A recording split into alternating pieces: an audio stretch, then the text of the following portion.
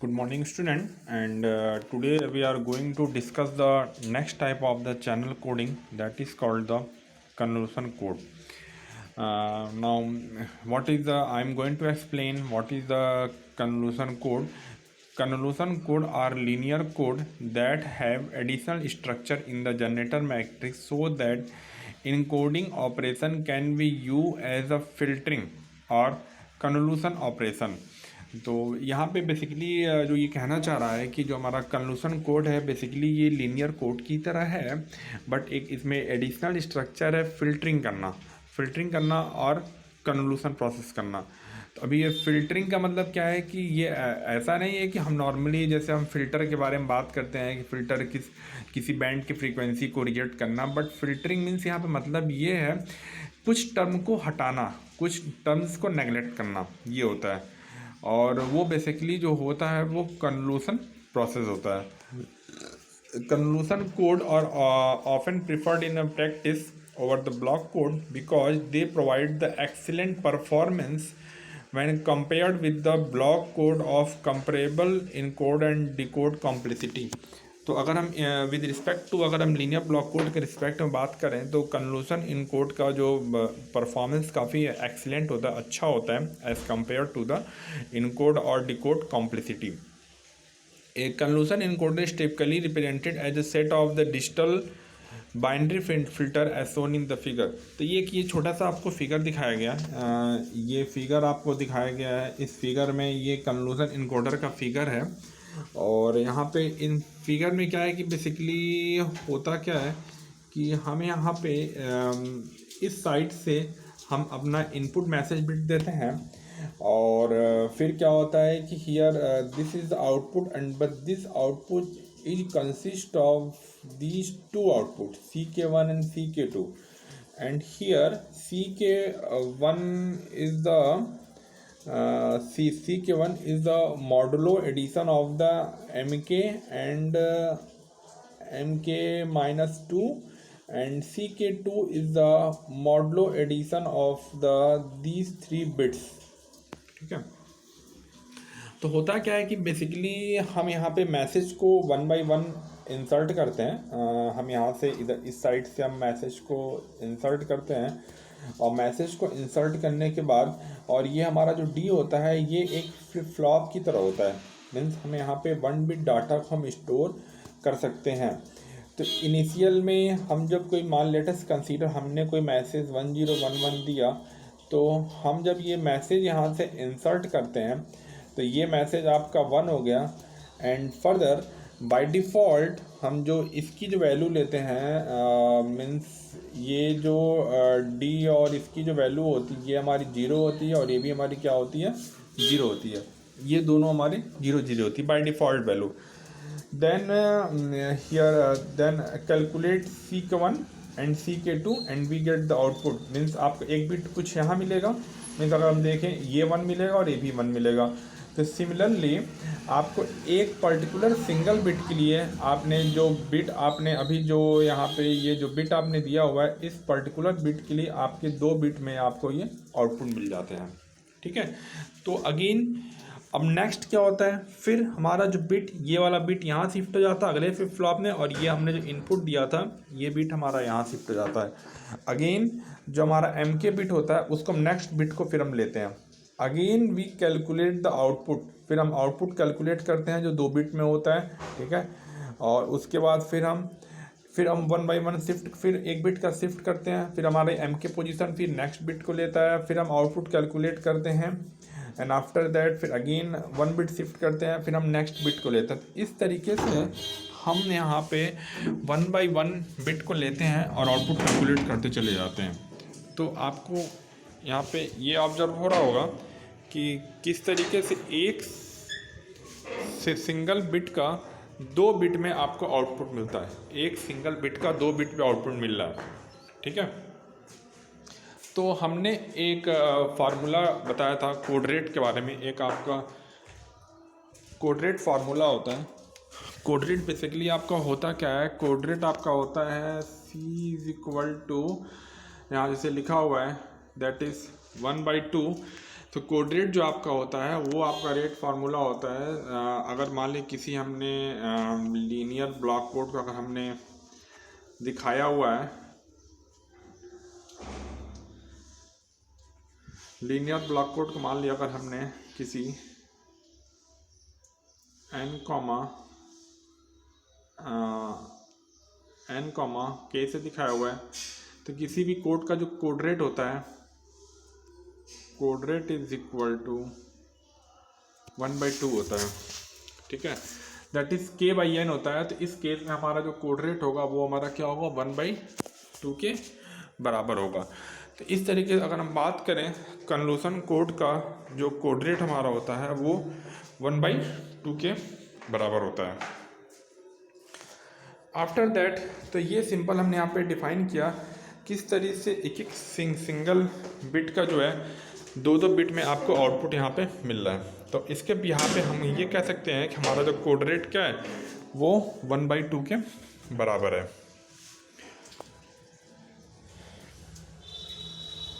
Now next, अभी figure को explain किया जरा किस तरीके से फिगर को एक्सप्लेन किया गया। अगर आप देखें, these two streams are interleaved together to produce the coded stream CK, and thus for every bit of the input there are the two coded output bits resulting in a rate of the 1/2। तो यहाँ पे ये कहना चाह रहा है कि हमारे जो हमारा अभी पिछले फिगर में हमारे दो आउटपुट थे CK1 और CK2 था, और उस तरीके से हमें दो आउटपुट मिलेंगे एक सिंगल बिट के लिए, फिर हमें उसको इंटरलीव करते हैं, फिर इंटरलीव करने के बाद हमारा एक कोडेड स्ट्रीम मिलता है जो CK के फॉर्म में रिप्रेजेंट होता है। दस we can say that for every single bit we get the two coded output bits and resulting having the code rate of the 1/2, because अभी हमने डिस्कस किया जो हमारा कोड रेट होता है उसका फार्मूला k/n होता है। तो k हमारा मैसेज हो गया जो यहाँ पे 1 बिट का है, और n हमारा total number of encoded bit हो गया, दैट इज हमारा 2 हो गया, that is 1/2। After that if you consider the message, अगर हम ये मैसेज स्ट्रीम लेते हैं तो मैसेज स्ट्रीम के हिसाब से हमारा जो आउटपुट अभी डिस्कस करेंगे हम अभी आगे कि कैसे ये आपका होता है। तो मैसेज स्ट्रीम के बिहाफ पे हमारा ये दो आउटपुट होता है, ठीक है। फिर हम यहाँ पे आउटपुट को इंटरलीव करते हैं। इंटरलीविंग का मतलब क्या है कि पहले कोड का पहला बिट और दूसरे कोड के पहले बिट को हम साथ में लिखते हैं, जैसा कि आपको ये दिख रहा होगा। फिर पहले कोड का दूसरा बिट दूसरे कोड का दूसरा बिट को हम साथ में लिखते हैं, और ये आपको यहाँ ऐसे दिख रहा होगा। उसके बाद सिमिलरली नेक्स्ट को हम ऐसे लिखते चले जाते हैं, इस तरीके से हम लिखते चले जाते हैं। मीन्स आपको जो यहाँ पे इंटरलीव मीन्स हर एक एक कोड का एक एक बिट आपको लेना है, सीक्वेंसिंग वही रहेगा, और फिर कॉमा लगा के हम नेक्स्ट बिट को लिखते चले जाते हैं, और ये finally we get the interleaved output, और फाइनली हमें जो आउटपुट मिलता है here we get the interleaved output like that, ये हमारा मिल गया इंटरलीव्ड आउटपुट, ठीक। Then after that figure show an example of the convolution encoder। ये जो फिगर अभी दिखाया गया था एक convolution encoder का फिगर था। and recall that D block represent 1 bit storage device और D flip flop। तो हमारा जो D block होता है, जो हमारा D block होता है represent 1 bit storage device और D flip flop, ठीक है। मीन्स ये डी फ्लिप फ्लॉप की तरह होता है जो 1 बिट को स्टोर करता है। And the input stream M K passes through 2 filter sharing the memory element and producing the 2 output stream, ठीक है। एंड आफ्टर दैट, तो अभी हमने देखा जो CK1 था हमारा वो MK और MK-2 का एक्सॉर था, ठीक है। और सिमिलरली जो हमारा CK2 था वो हमारा तीनों बिट का MK, MK-1 और MK-2 का एक्सॉर था, ठीक है। Now this one and this one is also can be written in the form of the generating sequence like that. हमने देखिए यहाँ पे इस वाले को हमने 101 लिखा हुआ है, बिकॉज जो इनपुट आउटपुट से कनेक्टेड होता है उसको हम 1 लिखते हैं, ठीक है। और जो हमारा कनेक्टेड नहीं होता है उसको हम क्या लिखते हैं, 0 लिखते हैं। तो जैसे सिमिलरली अगर हम देखें, अगर हम पिछला ही केस लेके चले, जैसे ये फिगर था, मीन्स ये वाला फिगर था, अगर हम बात करें इसके जनरेटिंग सीक्वेंस के अगर हम बारे में बात करें तो आपको दिख रहा होगा ये कनेक्टेड है ये कनेक्टेड नहीं इसलिए 0 हो गया, एंड फाइनली दिस कनेक्टेड। तो आपका पहला कोड जो जनरेट हो रहा है जिसका जनरेटिंग सीक्वेंस हमारा आपका ये होता है 101, और जो दूसरा कोड हमारा CK2 जनरेट हो रहा है और आपको दिख रहा होगा वो MK-1 और MK-2 का एक्सॉर है, और सिंपली ये क्या हो गया आपका तीनों बिट का ये एक्सॉर हो गया, और ये आपको मिल जाएगा, और ये आपको जनरेटिंग सीक्वेंस 111 मिल गया। तो इस तरीके से हमारे जनरेटिंग सीक्वेंस होते हैं कि कौन सा input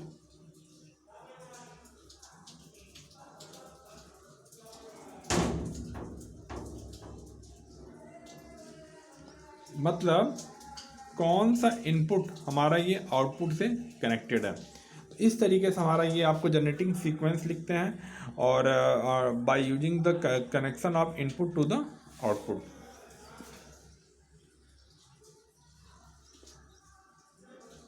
after that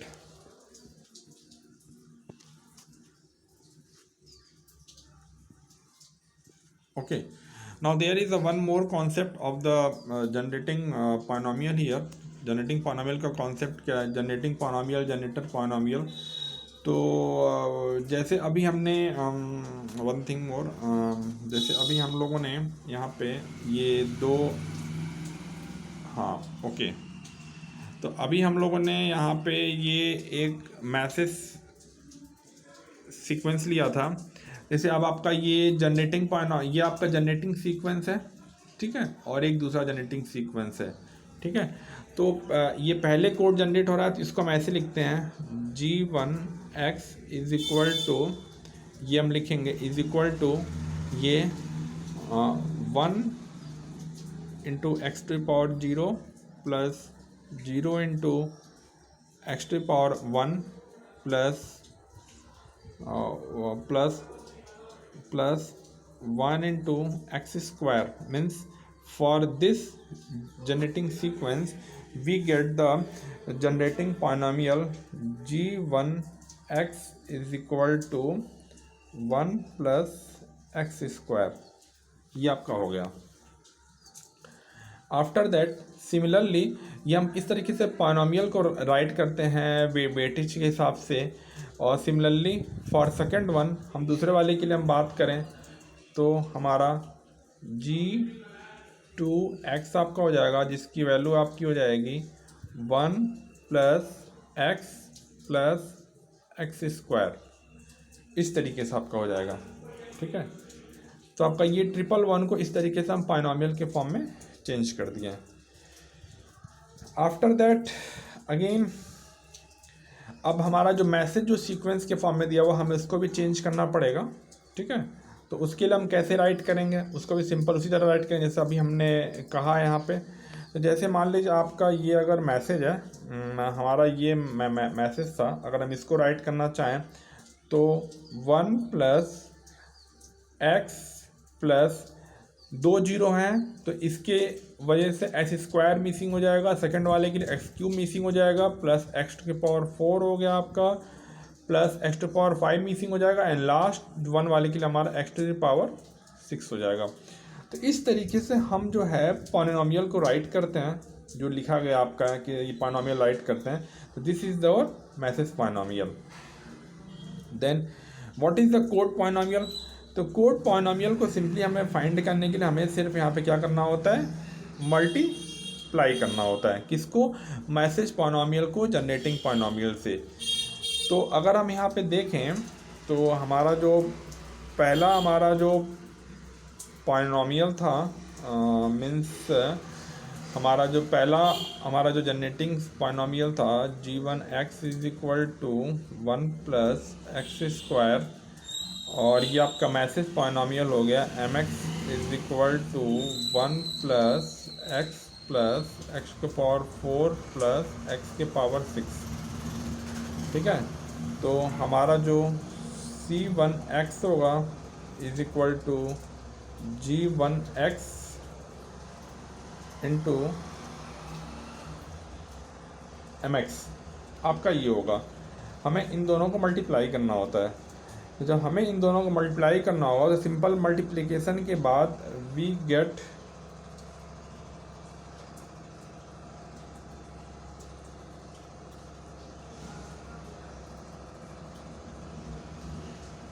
we get the output like this, ये आपको मिलेगा, ठीक है।